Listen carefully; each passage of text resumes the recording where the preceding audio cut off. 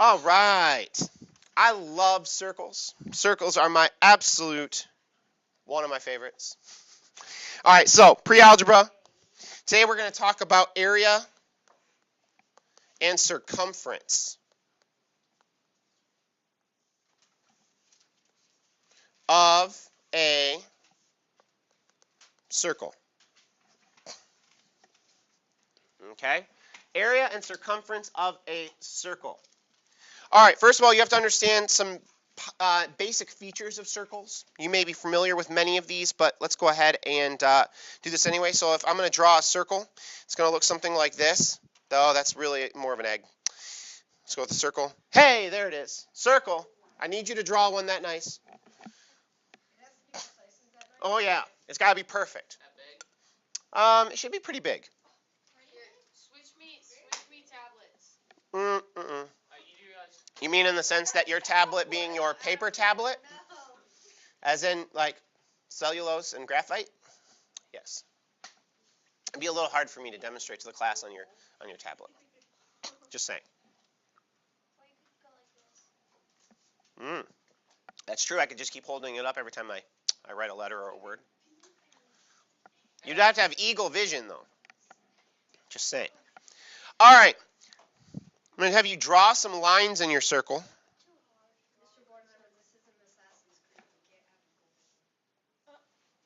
Very funny, Jaden. I get it, Jaden. Okay, so draw it, please. That looks like a jacked up piece. Now it's not a circle. You put lines through it, it's not a circle. Yeah, I did. While this is not perfect, you'll get an idea for what this is supposed to be. All right. Circles have several different components. Okay. First of all, they have a component called the center, which is a special point at the center of every circle. And while that seems awfully simple, it is an incredibly important point. Okay. So the center, okay, is at the center of every circle.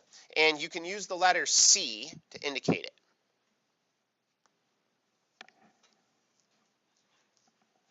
So oftentimes in circles, if you see the C in the center, that's usually what it is. Sometimes in a particular math problem, they might say S is the center of circle such and such. Or even sometimes we will define circles by their centers. So if this was center S, it'd be circle S. If this was center T, it'd be circle T.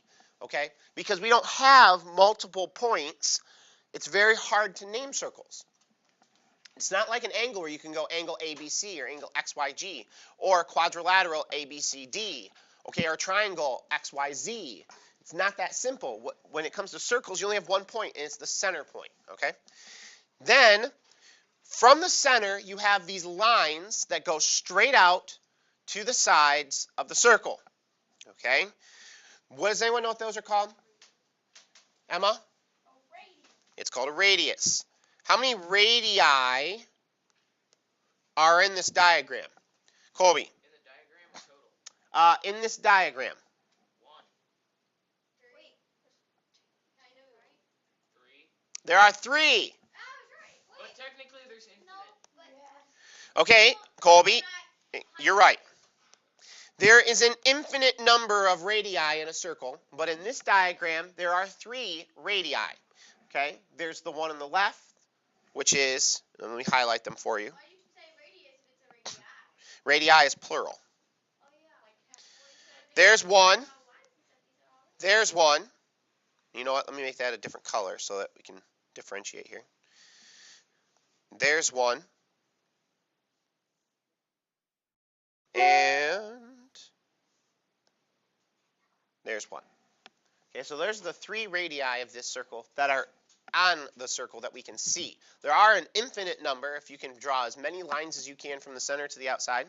And technically, you wouldn't, because you could get really close and see there's more space, and so you could draw some more. Technically, you could just like color it all in and say that those are right. Well, now we're getting all tricky business. Yeah, Okay. well, you know, because if it fills up everything, you just color it in. But the lines aren't going unless Well, you do actually, Reagan's getting to something there, and we're going to talk about her idea in just a minute. Philosophers tried to decide what would happen if that really happened, and they called it something, and we're going to get to it in just a second. Okay? All right, so we have radii. What happens when you have two radii that form a line that goes all the way across the circle through the center? Key idea. Key idea. Through the center. Jaden. Get a diameter, okay? So, a diameter is, and I'm going to have to color code this. This is a diameter. So I'm just going to go ahead and put this over here, and I'm going to write over top of it diameter.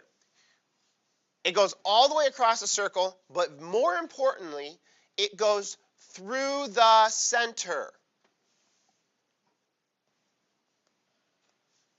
Can it go like up and down, or does it have to go? Does it go through the center? It can go up and down. It can go from top left to bottom right. It can go, as long as it goes through the center, it's fine. So I could have another diameter. I could have one here, except it's a little off. Or there. Oh, wait for it. There it is. Oh, look at that. The computer just loves me. There it is. Beautiful diameter. Beautiful. Okay, let's just, we'll even give it a little bit of color. There it is. Look at that. Okay.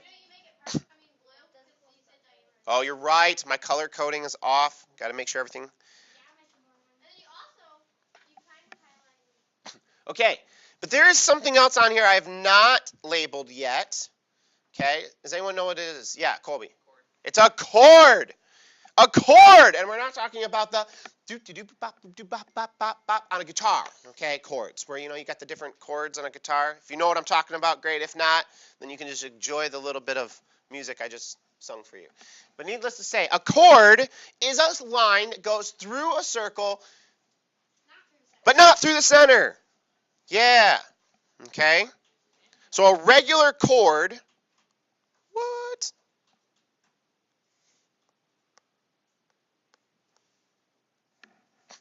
A chord is a line that cuts across a circle. Technically, a diameter is a chord, but not all chords are diameters. A diameter is a special chord that goes through the center of the circle. Okay? Can a radius be a chord or not? A radius cannot, because it has to touch two sides of the circle, and a radius terminates or starts at the center. Terminates. He said terminates or starts. Terminate. Well, it terminates at the center or at the edge. We'll just that's proper. It could start at the edge and go. You know what? He's getting off topic here. Okay. All right. So we have this area and circumference of a circle business to get to yet. These are the parts of a circle, and they're great. And every circle has these parts, even if they're not there. Okay. So now we have to get to this area and circumference thing. And in order to understand this, we have to look at the Greeks. That's an oval. There's a circle. Okay? The Greeks. Okay? The Greeks used to draw circles.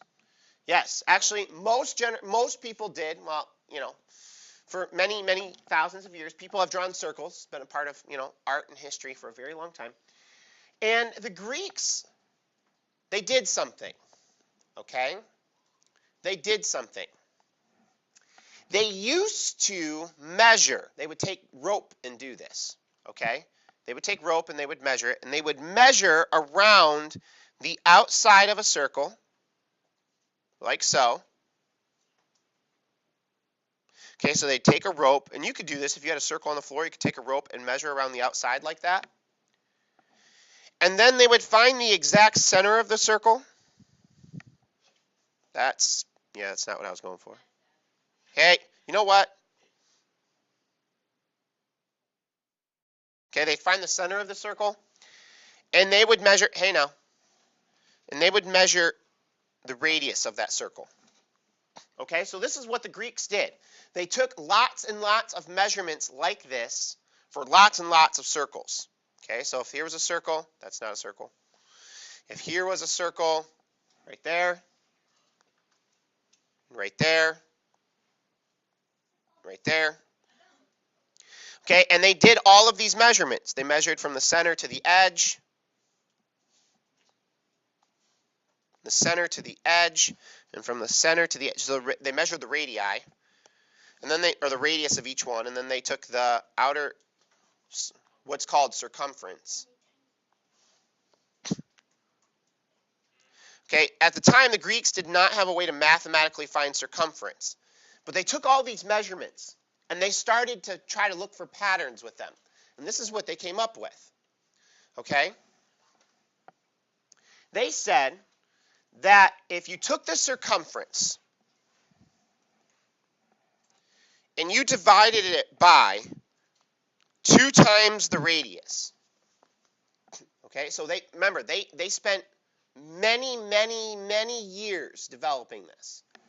But they found that if you took the circumference measurements and you divided it by twice the radius, that you would always get what number? Yeah, Grace.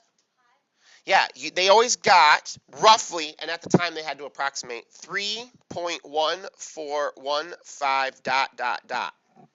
Okay, it actually goes on forever. Grace. Isn't 2 times the radius just the diameter? It is.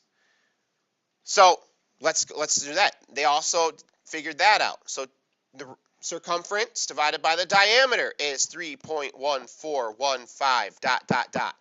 Because twice the radius is the diameter. Grace, very good connection you made there. So then they decided to call this number something. They're like, well, if this number keeps showing up over and over and over and over again, is there anything we could do with it to kind of make it part of an equation? And so they called this number pi. Okay, so the Greeks invented this thing called pi. They didn't actually invent it. They found it. It was there. It existed. Okay, this relationship existed before we even knew what circles were. So they found pi. It wasn't invented. It wasn't created. It was found. They found pi. And so what they did is they said, well, we have then CD equals pi, and C over 2R equals pi. And pi is actually a Greek letter. That's part of where it comes from. It's why it's a Greek letter. So we're going to copy these two equations to the next slide. Like so. The Greeks decided that finding circumference was probably more important than measuring the diameter or the radius. And the reason was they had no good way to find circumference. If you think about it, they had to draw the circle, then they'd have to lay some kind of material, rope, around, okay, the circle. Then they had to take that rope up and they had to measure it. Well, that's a lot harder than just sticking a measuring stick up there of some kind. Their units were different than ours at the time. And measuring a straight radius or a straight diameter. See, circumference is hard to find. Okay, unless you have the physical object in front of you, you can't find it. So the Greeks were looking for a way to find circumference without having to physically measure the circle. They wanted to be able to mathematically make the circle and then build it with a specific circumference. If you think about this, this is kind of revolutionary, right? Before this idea of mathematics, they actually had to build something, then measure it, or hope that it worked, or eyeball it, okay? So things weren't very precise nor accurate. But with mathematics came precision and accuracy because we were then able to use equations to predict and then plan things that we could build, like circles and buildings and things like that. So as math developed, you will see things like architecture and technology develop in civilizations, which is why, okay, we went from being nomadic peoples like Abraham and his family in the Bible in the Old Testament to having civilizations like the Greeks and Romans who built massive architectural monuments and buildings because they had developed mathematics, and mathematics gave them the power to do this. So, that being said, here's what they did. They said, if I want to isolate C, get it by itself, so I have an equation for circumference, with the top one, what would I do? Okay, I'm just going to move these a little bit. Emma? Yeah, but how did I get the diameter to the other side? We're going to use our algebra skills here.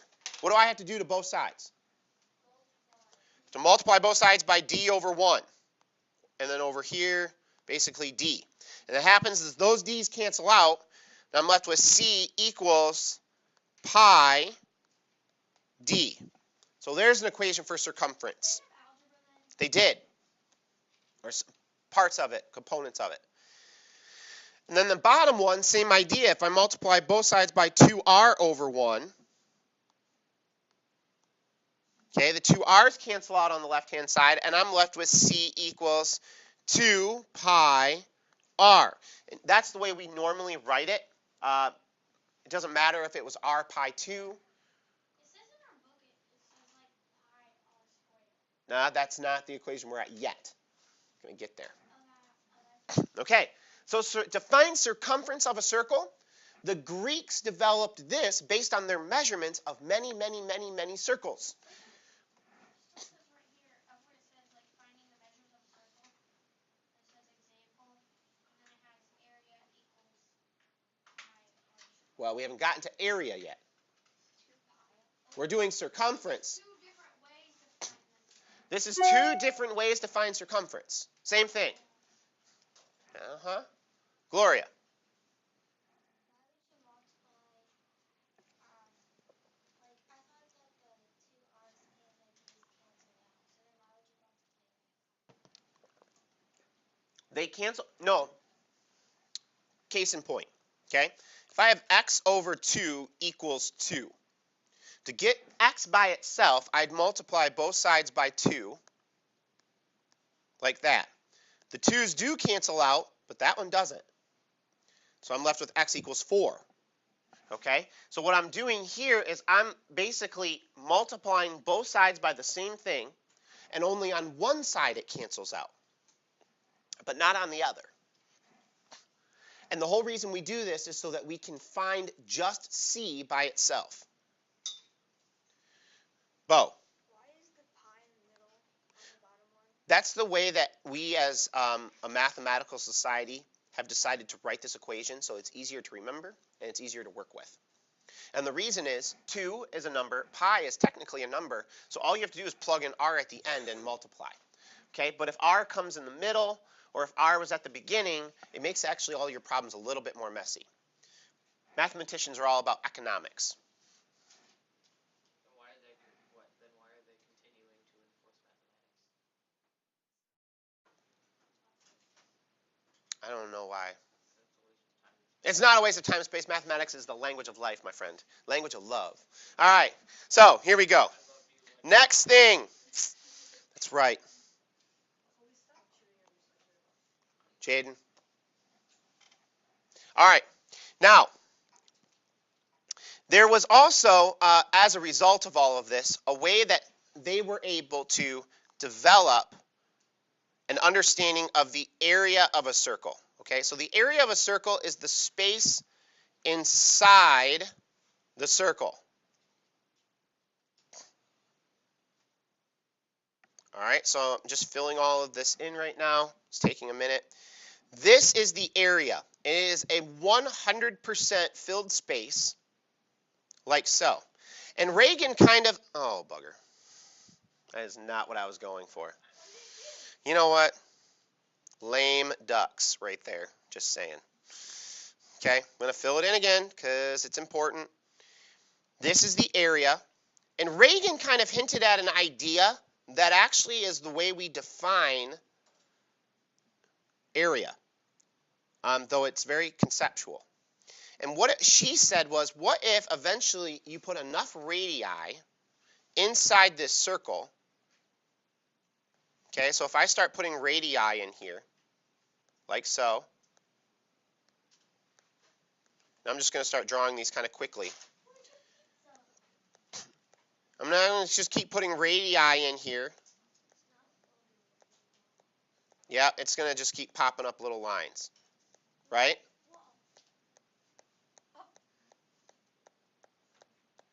And if I start putting radii inside this circle, it's going to start looking like an eyeball here in just a second.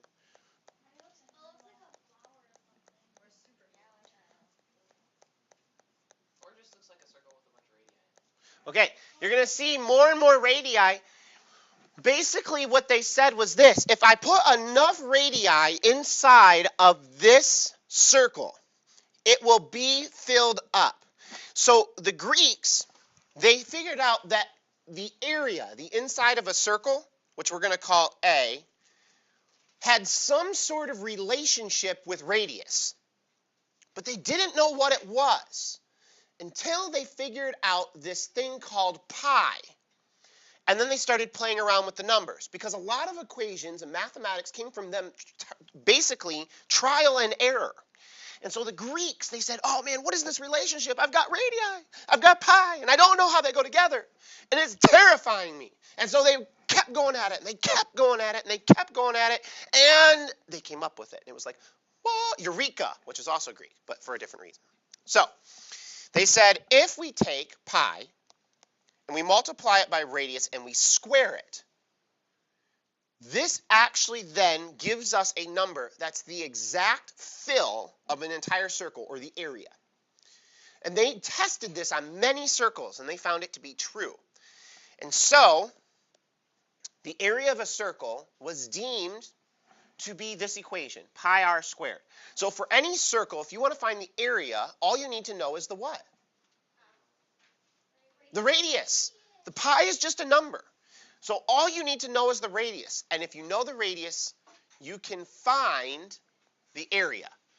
And if you know the radius, can you find the circumference? So knowing just the radius of a circle, you can find not only circumference, but also area and diameter. Basically, you can find everything with the radius. You cannot find a chord. Gloria.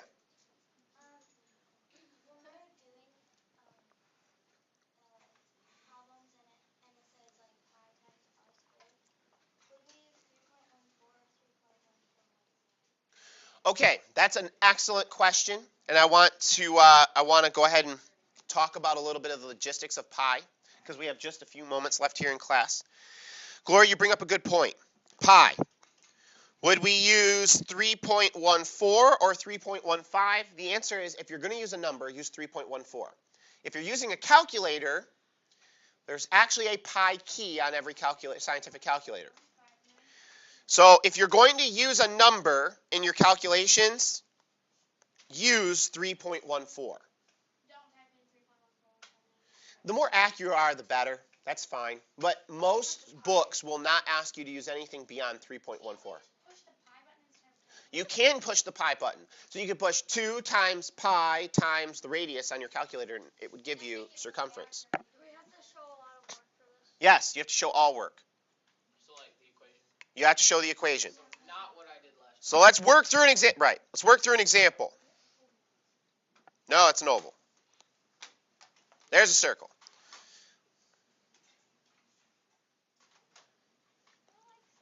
Okay, so here's what they're going to do to you. They're going to tell you that the diameter is 5, or something like that. And they want you to find circumference and area. Okay, I'm going to walk through this. The first thing you should do for any problem is that you should build yourself a toolkit. Okay, what do you need to know? And looking at the equations for these things, the only thing I need to know, which is why I love circles, is the radius. Okay, so Reagan, what is the radius? 2.5. Now, circumference is 2 pi r. So, if I'm going to work with circumference, which I am, then I need to go 2 times 3.14 times 2.5. What's cool about this is 2 times 2.5 is 5. 5 times 3 is approximately 15.7. Yeah. So the circumference is approximately 15.7. Because pi goes on forever, we will never have an exact measurement, but we can get very, very, very, very, very, very close. So we always like to use the word approximate to remind ourselves of that. So circumference is approximately 15.7. And if you were to actually measure this out, that would be an incredibly close approximation. Colby. So would it be the squiggly equal sign? In these kinds of problems, your book will use equals because the numbers are so very close. But if you use a squiggly equals, I would not have a problem with that. Okay, now for area, you have to do pi, and this is the one I really want to do because I think the other one's easier. Pi r squared. There's an order of operations business you have to be careful with here. And I see this a lot with people who first start to use these kinds of equations. They multiply pi and r and then they square it. Why is that wrong? Colby. PEMDAS. What do you have to do first? You have to square the radius first, then multiply by pi. Okay? So when I set this up as 3.14 times 2.5 squared, I have to square that 2.5 first, then multiply by 3.14. And what do we have for that? Someone give me an answer. Grace?